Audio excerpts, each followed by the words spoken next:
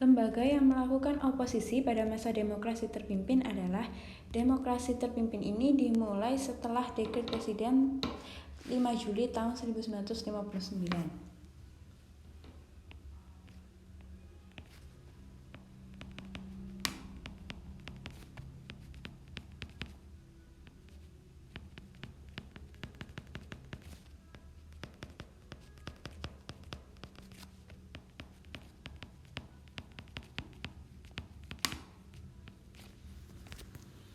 Nah, dengan dimulainya demokrasi terpimpin ini tentunya terjadi perubahan struktural dalam lembaga pemerintahan Indonesia. Karena pada saat demokrasi terpimpin ini, peran Insinyur Soekarno sangat besar dalam pemerintahan Indonesia. Semuanya harus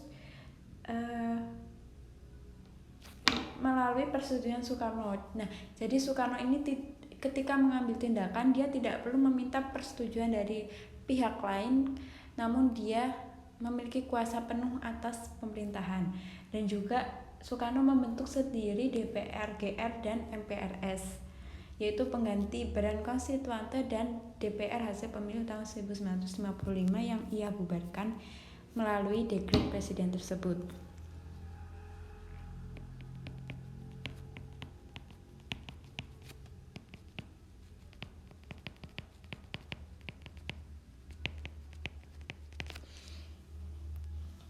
Nah, partai oposisi di sini soalnya berkaitan dengan oposisi atau partai oposisi. Nah, partai oposisi sendiri ini memiliki pengertian yaitu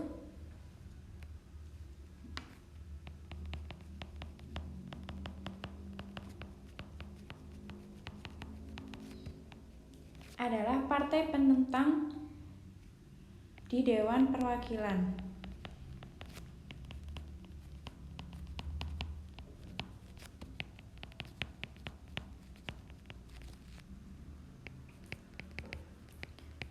Nah, partai oposisi ini banyak terjadi pada masa demokrasi liberal sebenarnya.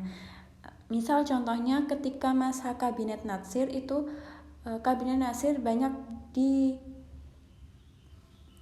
anggotanya yang berasal dari Partai Masyumi dan juga NU. Nah, kemudian PNI ini menjadi partai oposisi atau partai penentang dari Kabinet Natsir yang banyak diduduki oleh anggota Masyumi dan NU. Nah, partai oposisi ini biasanya mencari-cari kesalahan dari partai pembentuk kabinet tersebut sehingga kabinet tersebut nantinya akan mengundurkan diri. Nah, hal inilah yang mengakibatkan pada masa demokrasi liberal banyak terjadi pergantian kabinet. Nah, namun pada masa demokrasi terpimpin yang berjalan antara tahun 1959 sampai 1966, peran oposisi ini tidak terlalu besar dibanding masa sebelumnya atau masa demokrasi liberal.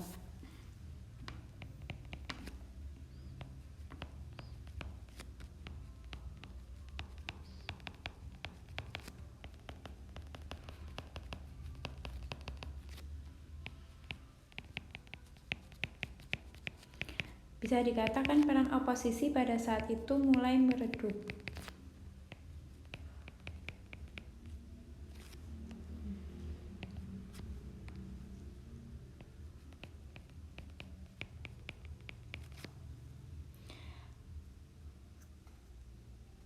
Kenapa? Karena pada masa demokrasi liberal, partai-partai oposisi ini dibubarkan oleh Insinyur Soekarno. Kembali lagi bahwa pada masa demokrasi terpimpin memang Soekarno memiliki kuasa penuh atas pemerintahan. Nah, jadi Soekarno ini membubarkan secara sepihak partai-partai yang dinilai oposisi terhadap pemerintah.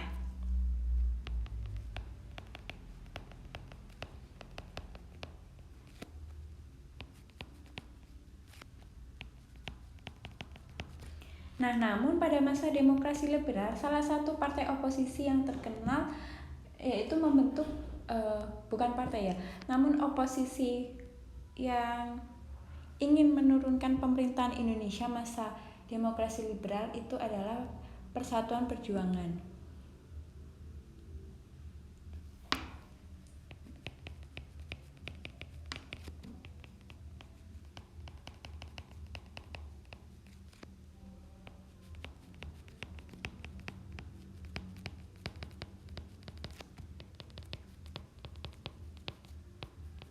Disebut dengan Persatuan Perjuangan.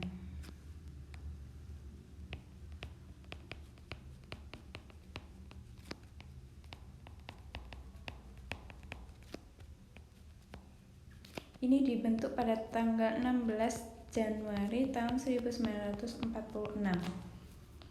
Persatuan Perjuangan pada saat itu tokohnya adalah Tan Malaka. Nah, mereka ini memiliki program kerja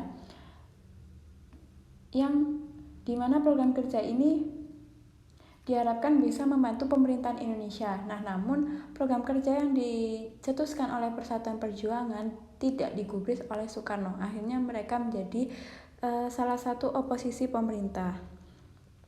Nah, kalau berdasarkan soal yang lebih tepat adalah lembaga yang melakukan oposisi pada masa demokrasi terpimpin. Bisa juga Partai Persatuan Perjuangan ini tetap melakukan gerilya pada masa pemerintahan Soekarno. Gerilya ini artinya mereka melakukan oposisi secara sembunyi-sembunyi. Jadi jawaban yang tepat adalah yang C, Persatuan Perjuangan.